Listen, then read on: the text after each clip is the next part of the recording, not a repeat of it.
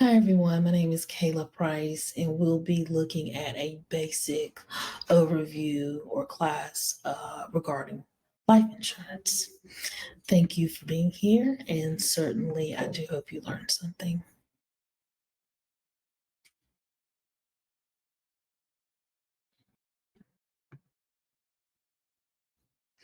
All right, so as I said, we'll be doing a basic overview of life insurance. And so understand that this is something that people typically don't want to talk about, but it is something that you cannot afford to ignore. And especially if you have someone who is counting on you financially. So certainly understand that there are some common questions that a lot of people have. And certainly it does help to sit down with someone like me who is an insurance professional who can answer those questions. And the biggest thing, first and foremost, is most people have a question of why do I need life insurance? So there are many reasons why life insurance is important that can include, um, paying bills and things like that. But the overarching thing that you need to keep in mind is life insurance allows you to protect your family's financial future and provide peace of mind. So, a lot of people do leave money behind to provide financial stability for their loved ones. And then, to understanding that you want to make sure that you do provide options to your loved ones in the future. So, that can include paying for college, starting a business, paying off bills, whether it be a mortgage, car, whether it's credit card bills, anything like that. So this does give your loved ones the ability to choose what they can do in the future to help take care of themselves after you've passed. So, what does life insurance cover? So, it could be a wide range of things. The first big one is urgent costs. So, that could be your final expenses. So, funeral costs, medical bills, could be mortgage or rent payments that are due, could be auto loan payments as well, could be credit card payments, could be taxes and estate costs. Ongoing costs include groceries, includes gas, include rent or mortgage, includes your utilities such as your lights and your water, also vehicle and transportation costs, as well as medical and insurance premiums. Future costs include higher education expenses as well as your retirement. So, is life insurance right for me? Well, if you have someone who's depending on you financially, yes, it is. And understand as well that this can give you the option of having coverage during life for terminal illnesses, critical illness, other costs that you may have during your life. And then at your passing, again, those funeral costs, mortgages, could be college tuition or other things that your family may need to cover. It includes, married couples, couples with kids, single parents, stay at home parents, empty nesters, also business owners. So, what are the various types of life insurance? There are two big categories, so term life and permanent. You may also hear like mortgage protection. That's a type of term life insurance that people are using to make sure that they have mortgages covered. But with term life, you do have coverage for a set period of time, could be 10, 15, 20, 30 years. And it is ideal if you have a temporary need like a mortgage or upcoming college expenses, something that has that definitive end date, and you want to make sure, okay, during this period of time, these funds will be available. There are higher coverage limits available, and it can be more budget friendly. With permanent life insurance, it does last a lifetime so long as the premiums are being paid. You build cash value, and that cash value can be used during your life to purchase homes, to purchase vehicles, to purchase, other things. also to provide for retirement and also to care for you. So, again, if you have home health needs, if you have injuries, things like that. So, understand that because there are additional benefits, the premiums typically tend to be higher.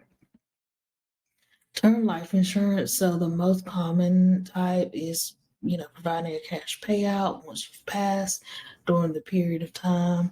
It can be very affordable and there's no savings component to it. So it does make it cheaper than permanent. Also flexible, so you can choose the amount of time that you're providing the coverage for. So again, if you have a mortgage that would need to be paid off or kids heading to college, it's also very simple because basically you're choosing how much you're going to cover in for the period of time. And certainly financial professionals and insurance professionals like me can help you with that. A lot of times you can avoid a medical exam. Sometimes if you have a higher um, amount that you're covering, then it may require a medical exam. But for the most part, most people don't have to worry about that.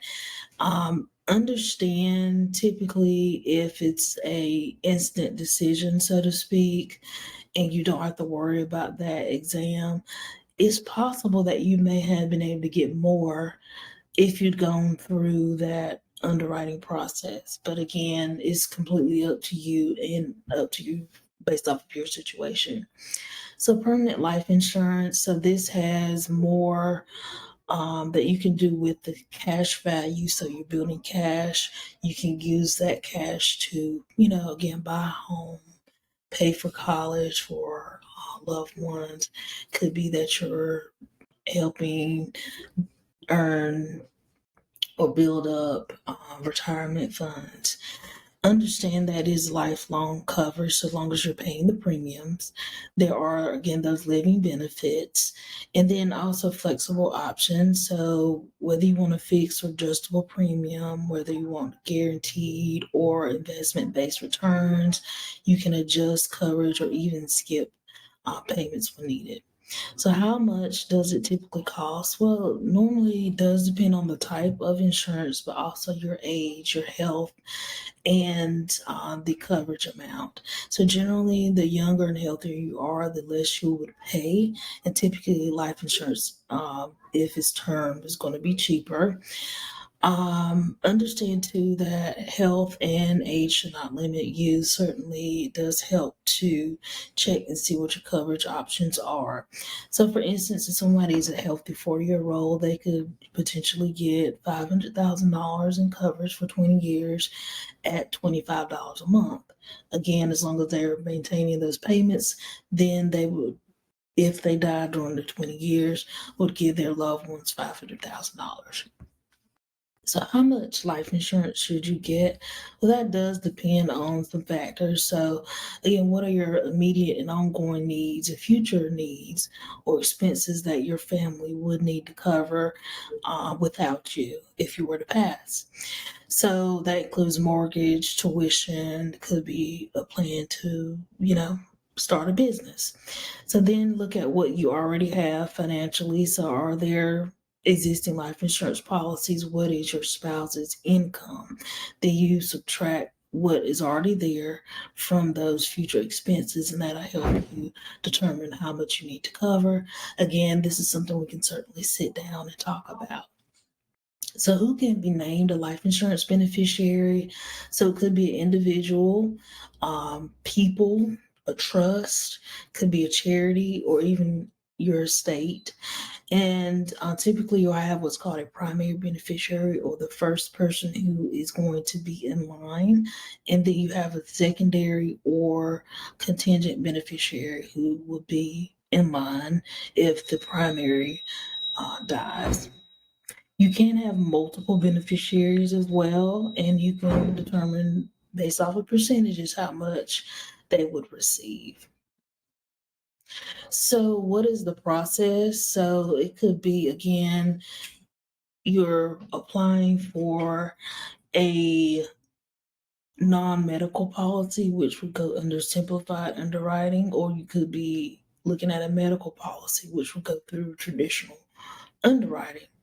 Well, underwriting is basically determining what the risk would be to give you insurance coverage.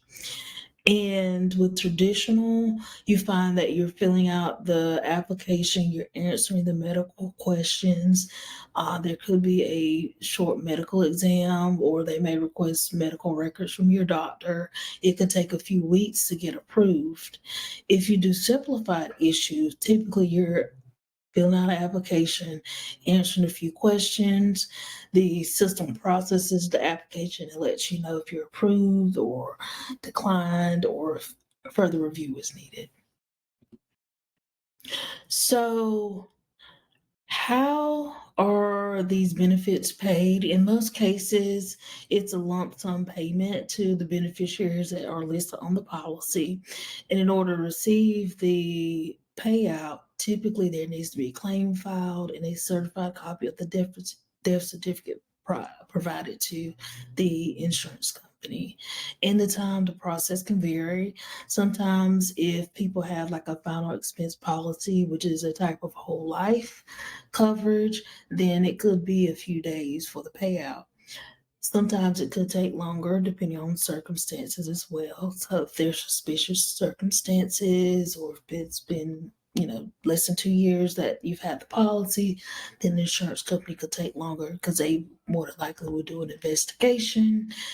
If someone were to allow an application, or if they had been previously declined, that could be something that they could potentially look at. If somebody's doing something illegal, that's also something they would look at. So again, there are different timelines, but typically, if it's a normal death where somebody dies naturally, there's really no questions about anything, then it could take a lot less time if it was unusual or if you had some other things going on.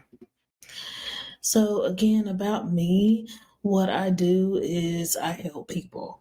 So I started in the insurance industry, well, financial services industry in 2017. I've been focused on helping people with life insurance, health insurance if you're under 65, or without any disabilities, Medicare if you have certain disabilities while under 65, or if you are 65 or older. And so I like to make sure that people are protected. I also help people with safe money. So if you're retiring or trying to leave money behind, making sure that we're doing that as effectively as possible. I also help people with annuities. So there's a lot of things I can do to help you, regardless of what your situation may be. I am licensed in 12 states. So it includes North Carolina, South Carolina, Georgia, Tennessee, Florida, Virginia, Maryland, Kansas, Texas, Ohio, Michigan, and California. And I also assist business clients as well. And if you have real estate overages, I can certainly assist with that. And then if you're traveling, making sure that you have health insurance coverage. So there are a lot of things that we can do. And certainly if you go to my website, you can see more. How to contact me, you can call or text this number, 866-648-1578. You can go to the website, or you can email us at info@priceservicesgroup.com. Again, thank you so much, and it was a pleasure speaking with you all today. Take care.